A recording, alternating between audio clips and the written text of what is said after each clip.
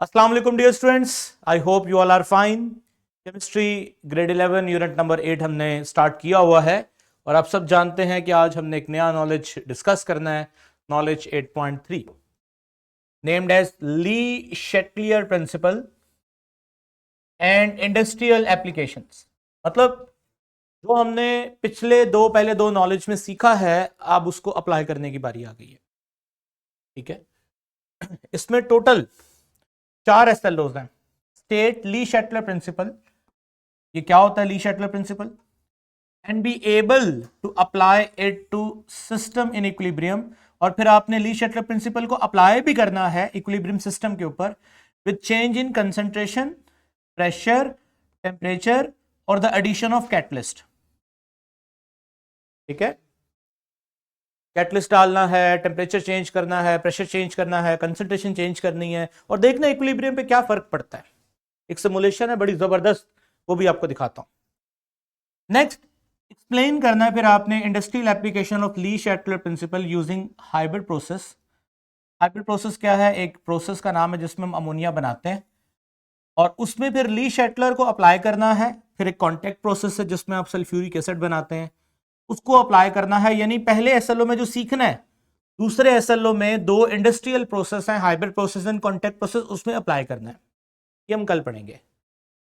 अगला नॉलेज है discuss the industrial application of chemical equilibrium and how it can use to optimise chemical reaction to maximise yield and minimise waste. Obviously first knowledge में हमें यही सिखाया जाएगा equilibrium, जो ऐसे रिएक्शन जो इक्विलिब्रियम में रहते हैं, कैसे हम उनको ज्यादा रिएक्टेंट उनका प्रोडक्ट में भेज सकें, कैसे हम वेस्ट होने से उसको बचा सके, रिएक्टेंट को वेस्ट होने से बचा सके। ऑब्वियसली सेकंड एसएलओ में जब हम दो इंडस्ट्रीज को पढ़ेंगे तो साथ में हम थर्ड एसएलओ भी कवर करेंगे। लास्ट एसएलओ है डिटरमिन करना है if the equilibrium constant will increase और decrease when temperature is change. Temperature के बदलने से इक्विलिब्रियम कांस्टेंट में क्या फर्क पड़ता है, इसको भी हमने डिटरमिन करना है। एक तो इंतहाई आसान एसएलओ है, मजेदार एसएलओ है और बड़े प्रैक्टिकल एसएलओ हैं ये।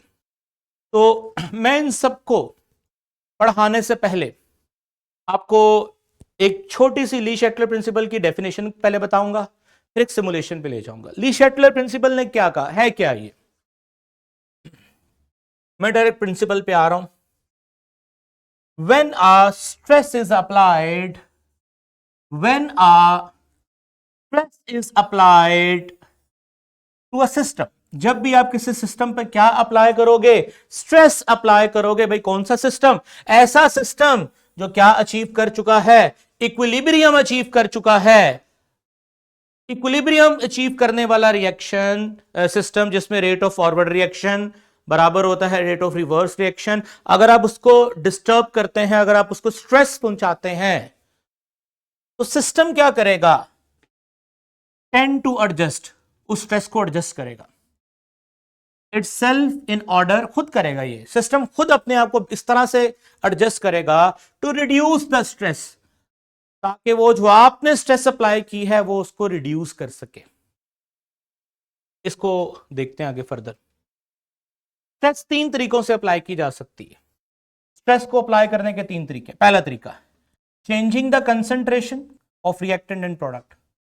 आप ना रिएक्टेंट और प्रोडक्ट में कंसंट्रेशन तब्दील कर दो, रिएक्टेंट बढ़ा दो। इक्विलिब्रियम था, आपने सिस्टम में रिएक्टेंट ऐड कर दिया, रिएक्टेंट निकाल लिया, या प्रोडक्ट ऐड कर लिए, प्रोडक्ट निकाल लिए। यानी आप रिएक्टेंट प्रोडक्ट की कंसंट्रेशन को बदलकर सिस्टम को डिस्टर्ब कर सकते हो।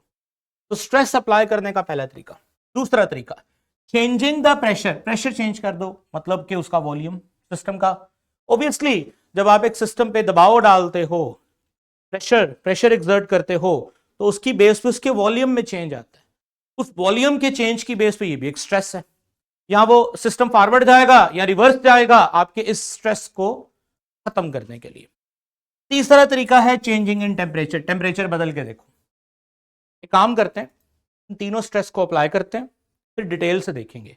एक सिमुलेशन आपके सामने मैं ऑपरेट करने लगा हूं। अच्छा, सिमुलेशन समझने से पहले आप इसको, ये सिमुलेशन पहले दिखाएं जरा। पहले मैं सिमुलेशन दिखा देता हूं। ये स्टूडेंट्स, ये सिमुलेशन है। इसमें आपको एक बॉटल नजर आ रही है, मुझे स्क्रीन पे ले आए जरा। इसमें आपको एक बॉटल नजर आ रही है, इस बॉटल में ये कोल्ड ड्रिंक है बेसिकली। तो बुनियादी तौर पे आपको इसके अंदर 3 तरह के कलर्स नजर आ रहे हैं। अब वो 3 तरह के जो कलर्स हैं वो क्या हैं, पहले तो आप इसको समझ लें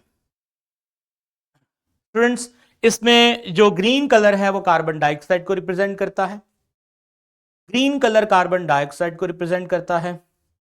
इसमें जो रेड कलर है, रेड कलर वो रिप्रेजेंट करता है कार्बोनिक एसिड को, यानी H2CO3 को।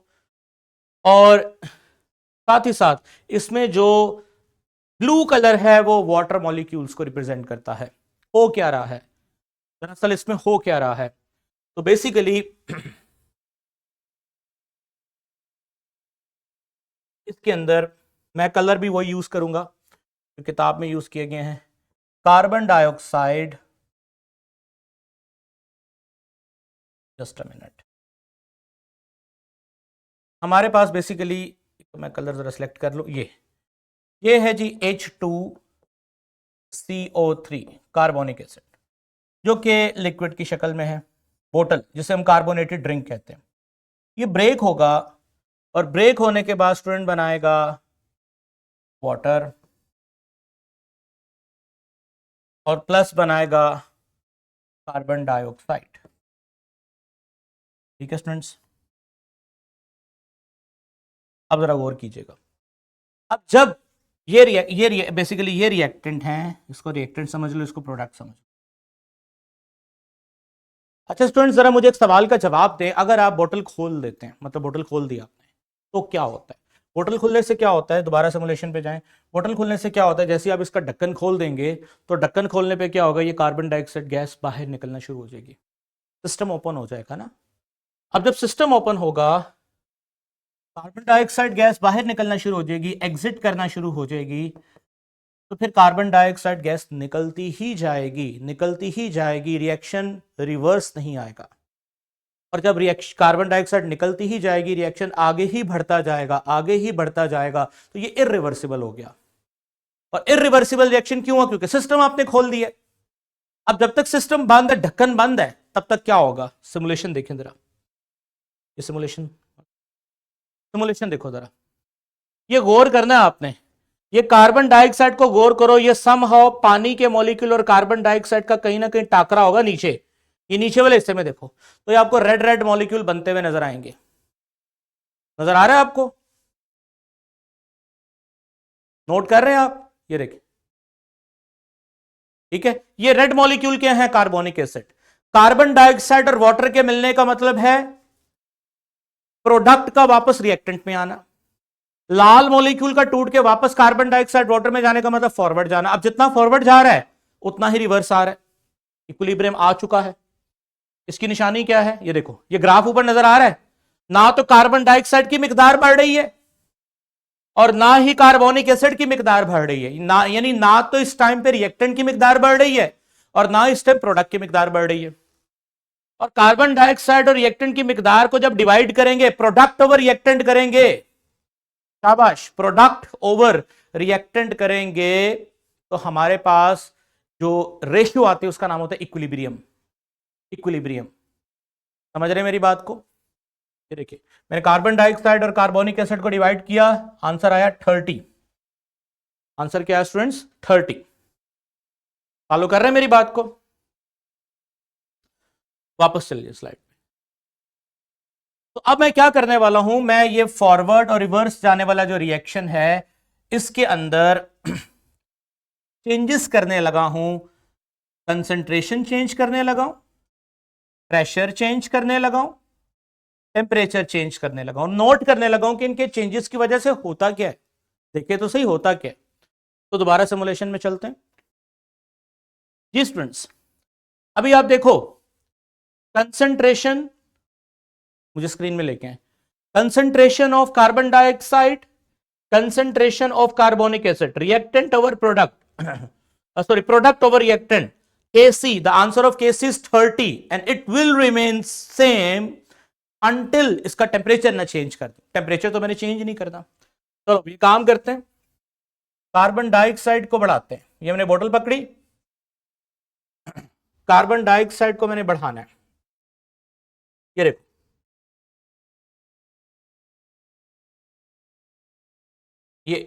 ये एक मिनट ठहरे, प्रेशर को मैंने बढ़ा दिया, सॉरी मैंने कार्बन डाइऑक्साइड को बढ़ाना था। ये देखिए कार्बन डाइऑक्साइड, ये देखो ना मैंने स्लाइडर से कार्बन डाइऑक्साइड बढ़ा दी, ये देखो मशीन में लगा दी इसको, ये देखो अब ये कार्बन डाइऑक्साइड ये पाइप के जरिए देखना इसमें आएगी, गैस है ना कार्बन डाइऑक्साइड, कार्बन डाइऑक्साइड इसमें डाल दी है। अब ओब्वियसली कार्बन डाइऑक्साइड की मिकदार ज्यादा हो गई है, और इसकी आप ये ग्राफ भी देखें, मुझे स्क्रीन में लेके जरा, ये ग्राफ देखें, ये ग्राफ ऊपर गया है, यहां पे ग्राफ ऊपर जाने का मतलब ओब्वियसली कार्बन डाइऑक्साइड आपने डाली, उसकी मिकदार आपने एकदम से बढ़ा दी। अब क्या होगा, शाबाश, और करो जरा, और करो, कार्बन डाइऑक्साइड के बढ़ने पर हुआ क्या, कार्बन डाइऑक्साइड के बढ़ने पर हुआ क्या है, जरा वापस चलें जरा स्लाइड पे। बेसिकली कार्बन डाइऑक्साइड के बढ़ने पर, मेरे हाथों की तरफ गौर करें, कार्बन डाइऑक्साइड के बढ़ने पर रिएक्शन अनबैलेंस हो गया, डिस्टर्ब हो गया एकदम से, वो अपने आप को रीगेन रीबैलेंस करना चाहता है। अब कार्बन डाइऑक्साइड के बढ़ने से हुआ क्या कि वो जो एक्स्ट्रा कार्बन डाइऑक्साइड बनी थी उसने वाटर के साथ रिएक्शन किया और कार्बोनिक एसिड को बना दिया।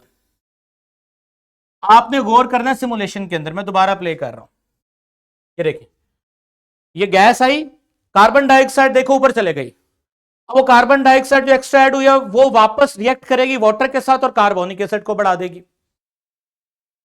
याद आ रहा है आपको? अच्छा, अब दोबारा रीएडजस्टमेंट के बाद भी प्रोडक्ट और रिएक्टेंट का रेशियो अभी भी 30 है, अभी भी क्या है बेटा 30। याद आ रहा है? मैंने आपको ये लास्ट लेक्चर में भी समझाया था, अगर आपको नहीं याद तो मैं आपको ग्राफ दिखा देता हूं, ये तो याद होगा। देखो हाइड्रोजन और आयोडीन की कंसंट्रेशन है, उस पे हाइड्रोजन आयोडीन का आपस में रिएक्शन होगा और ये प्रोडक्ट बनेगा, उसकी कंसंट्रेशन है। आपने इस कंडीशन पे केसी निकाला, आंसर आया 54। अब आपने किया क्या, आपने कंसंट्रेशन को डिस्टर्ब किया, आपने बाहर से ऐड कर दिया हाइड्रोजन, बाहर से ऐड कर दिया आयोडीन, भाई कर दिया तो क्या होगा, दोबारा रिएक्शन होगा और मजीद प्रोडक्ट बनेगा। फिर से प्रोडक्ट और रिएक्टेंट की जो नई रेशियो है उसको डिवाइड करोगे तो आंसर अभी भी क्या रहेगा 54। यही तो हो रहा है, इक्विलिब्रियम ने अपने आप को मेंटेन करना है। तो अच्छा, मेंटेन करने के लिए या वो फॉरवर्ड जाएगा या वो रिवर्स जाएगा। इसके लिए मैं आपको एक आसान सी मिसाल और देता हूं ताकि आपको समझने में आसानी हो। मैंने आपको लास्ट टाइम भी समझाया था, A + B you will get C, 100 gram A + B, 0 gram C, the time is 0, मतलब अभी रिएक्शन स्टार्ट नहीं हुआ। अब आपने क्या किया, रिएक्शन स्टार्ट करवाया, रिएक्शन एक टाइम के बाद 50 ग्राम रिएक्टेंट है और 50 ग्राम प्रोडक्ट है, समझाने के लिए बता रहा हूं। अब आप इसका केसी निकालो, तो मैं समझाने के लिए 50-50 से लिख रहा हूं, हालांकि केसी निकालने के लिए प्रोडक्ट बटा रिएक्टेंट करना पड़ता है, मोल्स की टर्म्स में करना पड़ता है, मैं सिर्फ समझाने के लिए बता रहा हूं। सपोज करो 50-50 डिवाइड किया और आंसर आ गया 1। अब ये केसी कुछ भी कर लो फिक्स रहना चाहिए, क्योंकि केसी की तब्दीली सिर्फ टेम्परेचर की वजह से ही हो सकती है, उसको भी प्रूफ करेंगे। अब करना क्या है स्टूडेंट्स, अब आपने करना यह है कि आपने बाहर से सी ऐड कर दो, 60 ग्राम मतलब 10 ग्राम ऐड कर दो। 10 ग्राम आपने ऐड किया, 50 ग्राम, ठीक है, केसी डिस्टर्ब हो गया, केसी तो बन नहीं रहा। अब क्या होगा, 60 ग्राम आपने बेसिकली आपने प्रोडक्ट ऐड किया ना, तो रिएक्शन रिवर्स आएगा, 5 ग्राम, दोबारा कितना हो जाएगा 55 ग्राम, ये भी कितना हो जाएगा 55 ग्राम। दोबारा से एडजस्टमेंट इस तरह से की कि केसी दोबारा से अचीव हो गया, इक्विलिब्रियम दोबारा से अचीव हो गया, समझाने के लिए बता रहा हूं। ये मान लो कि आपने यहां से ये किया होता कि 50 ग्राम का 50 ग्राम सारे का सारा जो आपका क्या बोलते हैं इसको प्रोडक्ट है वो सारा ही निकाल दो, तो ये कितना होगा 50 और ये कितना होगा 0।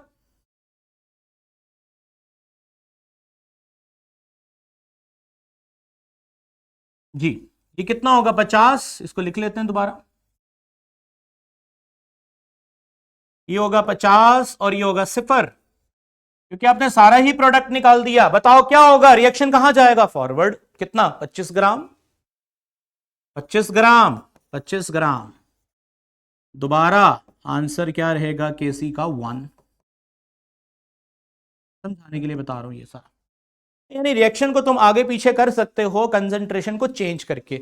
इसको समझना है तो एक बेस्ट एग्जांपल आपने 9th क्लास में भी पढ़ी थी, दोबारा देख लो। ये देखो, ये टैंक है, tank A tank be balance है। आपने क्या किया, टैंक ए को भर दिया। ऑब्वियसली टैंक ए भरोगे तो रिएक्शन कहां जाएगा, आगे। यानी अगर आप रिएक्टेंट डाल दोगे तो आगे जाएगा ना रिएक्शन, बैलेंस करने के लिए। इसी तरह तुम अगर टैंक बी भर देते हो, देखो ये आगे गया, बैलेंस हो गया, इक्विलिब्रियम आ गया। तब तक आगे जाएगा जब तक री इक्विलिब्रियम दोबारा ना आ जाए। अगर तुम टैंक बी भर देते यहां पर, ओब्वियसली इससे आगे नहीं जाना था, फिर वापस आ जाना था। हाथों से याद रख लो, reactant add forward, product add reverse, reactant निकाला तो भी रिवर्स, प्रोडक्ट निकाला फॉरवर्ड। समझ आ गया तुम लोगों को? अच्छा जी, अब यही चीज यहां पर हमने की है। हम कार्बन डाइऑक्साइड को कम करें, कार्बन डाइऑक्साइड को ज्यादा करें, भाई कुछ भी करें, केसी ने 30 ही रहना है। ये लो कम कर दिया, कार्बन डाइऑक्साइड को कम कर दिया, और ढक्कन खोल के मैंने बाहर निकाल दी कुछ कार्बन डाइऑक्साइड। देखो ना कार्बन डाइऑक्साइड का ग्राफ नीचे जा रहा है। शाबाश। अब जरा स्टॉप करो, कार्बन डाइऑक्साइड कम किया ना।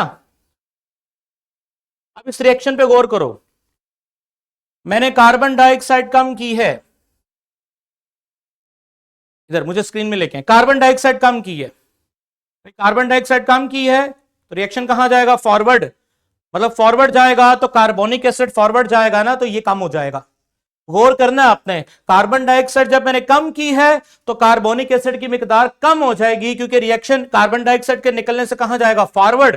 फॉरवर्ड जाएगा तो रिएक्टेंट प्रोडक्ट में जाएगा, रिएक्टेंट की मिकदार मजीद कम हो जाएगी। लेकिन ओवरऑल प्रोडक्ट और रिएक्टेंट का रेशियो अभी भी 30 ही रहेगा। देख लो, ये लो, गौर करो, ठीक है। ग्राफ देखो, ग्राफ फुल स्क्रीन कर दो जरा, ग्राफ देखो। वो कार्बन डाइऑक्साइड नीचे गया, कार्बोनिक एसिड का लेवल नीचे चले गया, क्योंकि कार्बोनिक एसिड रिएक्टेंट से कहां चले गया, प्रोडक्ट। रेशियो अभी भी देखो 30 ही आ रही है, रेशियो अभी भी देखो क्या आ रही है, 30 आ रही है। आई होप स्टूडेंट्स के कंसंट्रेशन के कम ज्यादा करने, अच्छा ज्यादा करने वाला देख लो एक दफा, रुको जरा भी। अच्छा, कार्बन डाइऑक्साइड ज्यादा की, इधर देखो, कार्बन डाइऑक्साइड ज्यादा की मतलब प्रोडक्ट ज्यादा की, रिएक्शन कहां आएगा, रिवर्स। रिवर्स आएगा तो कार्बन डाइऑक्साइड का लेवल कम हो जाएगा, जो ऐड किया था वो लेवल कम होगा। चूंकि रिवर्स आएगा तो कार्बोनिक एसिड बढ़ेगा। ग्राफ में देखना, इसका ग्राफ ऊपर चला जाएगा। ये देखिए, गौर करें, कार्बन डाइऑक्साइड ऐड की, ये देखो ऐड की, ग्राफ ऊपर चला गया। फुल स्क्रीन कर दें इसको, ओके। अब वो जो ऐड की वो रीएडजस्ट हो रही है और वापसी हो रही है, और कार्बोनिक एसिड का लेवल बढ़ गया, रिवर्स आ रहा है रिएक्शन। रेशियो अभी भी क्या है, 30। उम्मीद है स्टूडेंट्स कि ली शेटलर की पहली कंडीशन समझ आ गई है कि अगर कंसंट्रेशन चेंज करें, उसकी बेस पे रिएक्टेंट फॉरवर्ड रिवर्स इस तरह से जाते हैं कि उस कंसंट्रेशन की वजह से चेंज करने से जो स्ट्रेस अप्लाई किया वो कैंसल। इसके लिए मैंने आपको मिसालें भी दी, जैसे अमोनिया है, ओबियसली आपको पता है। फर्ज करो कि पहले इक्विलिब्रियम ये था, आपको इक्विलिब्रियम केसी फाइंड करना आता है। प्रोडक्ट और रिएक्टेंट को बेसिकली क्या करना है, डिवाइड करना है। प्रोडक्ट कितना है, रिएक्टेंट कितना है, वैल्यूज दी हुई हैं, ठीक है। अब आप इनको इस इक्वेशन में डाल के डिवाइड करोगे, केसी आएगा 0.06। फिर आप क्या करो, नई कंसंट्रेशन बना दो, रिएक्टेंट प्रोडक्ट रीएडजस्ट हो जाएंगे खुद ही, और जो भी नई कंसंट्रेशन आएगी वो इक्विलिब्रियम 2 होगा। जो भी इक्विलिब्रियम 2 होगा वो वही होगा जो इक्विलिब्रियम 1 होगा। समझ गए आप, चेंज इन कंसंट्रेशन की वजह से। ये देखिए मैंने लिखा हुआ ना, 1 मोल पर डीएम क्यूब मैंने नाइट्रोजन ऐड की पुराने इक्विलिब्रियम में, तो नया इक्विलिब्रियम बना, और ऐड नाइट्रोजन ने मजीद हाइड्रोजन से रिएक्शन किया, एडेड नाइट्रोजन ने मजीद हाइड्रोजन से रिएक्शन किया, और रिएक्शन को कहां पहुंचाया, फॉरवर्ड। अमोनिया थोड़ा बढ़ गया, देखो अमोनिया थोड़ा बढ़ गया पहले से, बट इसको करो, केसी निकालो, यही आंसर आएगा। फॉलो कर रहे हैं आप? ये देखिए, ये वही चीज मैं बता रहा हूं, ऐड करोगे फॉरवर्ड जाएगा, रिमूव करोगे रिवर्स आएगा। ये आपको समझ आ गया, इक्विलिब्रियम फॉरवर्ड शिफ्ट होगा, रिवर्स, ये भी समझ आ गया आपको। ये तो मैं आपको ऑलरेडी समझा चुका हूं, कंसंट्रेशन चेंज करो, केसी सेम रहेगा, ठीक है। अब आते हैं प्रेशर के ऊपर, इफेक्ट ऑफ प्रेशर। प्रेशर क्या कर सकता है भाई, प्रेशर क्या कर सकता है, प्रेशर से क्या होगा अभी देख लेते हैं। ये दोबारा सिमुलेशन प्ले करते हैं। अब मैं कंसंट्रेशन को नहीं मैं प्रेशर के साथ खेलने वाला हूं या मैं वॉल्यूम के साथ। प्रेशर वॉल्यूम डेफिनेटली आप इन्हें रिलेट कर सकते हैं प्रेशर वॉल्यूम को। तो प्रेशर के साथ करते हैं, देखते हैं क्या होता है। लेट्स से मैंने 2 एटीएम था, मैंने 2.5 एटीएम कर दिया। प्रेशर ज्यादा करने का यही तरीका है ना भाई, आप इसको दबाओ, ये देखो उसने दबाया। अब दबाने से कुछ हुआ तो है, ऐसा नहीं कि नहीं हुआ कुछ। आप लोग नोट करो क्या हुआ। क्या केसी में तब्दीली आ रही है? नहीं, केसी तो अभी भी वही है, केसी तो अभी भी वही है। एक दफा दोबारा देख लो, एक दफा दोबारा देख लो। प्रेशर मैंने 2.5 एटीएम कर दिया। गौर करो कार्बन डाइऑक्साइड की कंसंट्रेशन पे, कार्बोनिक एसिड में क्या तब्दीली आएगी, ग्राफ में भी साथ नजर रखो। शाबाश, ये प्रेशर ज्यादा कर दिया, बोतल को दबाया, प्रेशर ज्यादा हो गया, कार्बन डाइऑक्साइड बढ़ गया।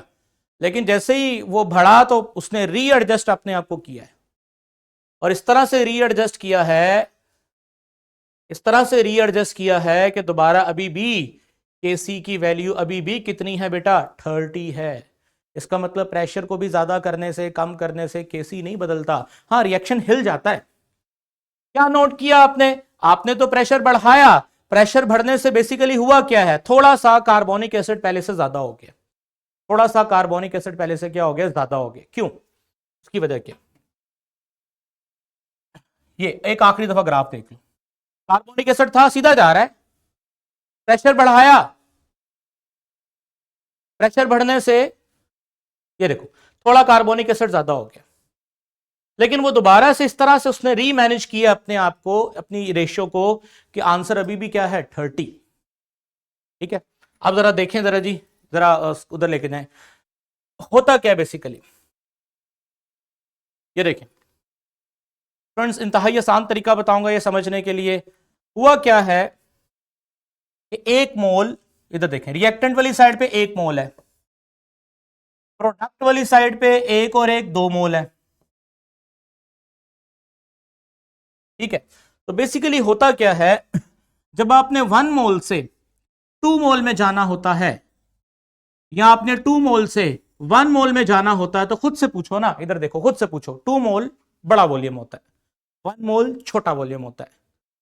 समहाउ आपने अगर प्रेशर लगा दिया तो भाई वॉल्यूम तो छोटा हो गया ना। तो इसका मतलब 2 मोल इज हाई वॉल्यूम, 2 मोल का वॉल्यूम ज्यादा होता है। 1 मोल इज लो वॉल्यूम। अब आपने 2 मोल से 1 मोल की तरफ जाना है, हाई वॉल्यूम से लो वॉल्यूम की तरफ जाना। आपने देखा जैसे ही प्रेशर लगाया तो रिएक्शन रिवर्स हो गया। रिवर्स होने के बाद किसकी मिकदार बढ़ गई, कार्बोनिक एसिड की मिकदार बढ़ गई, कार्बोनिक एसिड की मिकदार बढ़ गई रिवर्स होने पे। क्योंकि आप 2 मोल से, ये देखो ये 2 मोल है, 2 मोल से जाना है 1 मोल, बड़े वॉल्यूम से जाना है छोटे वॉल्यूम में, तो भाई प्रेशर ज्यादा करोगे रिवर्स रिवर्स आएगा, तो इसकी मिकदार बढ़ जाएगी। बट केसी अभी भी क्या है, इस तरह से इक्विलिब्रियम अपने आप को मैनेज करता है कि ये जो आपने स्ट्रेस अप्लाई किया उसके बावजूद भी केसी क्या रहा, सेम रहा। ये देखो,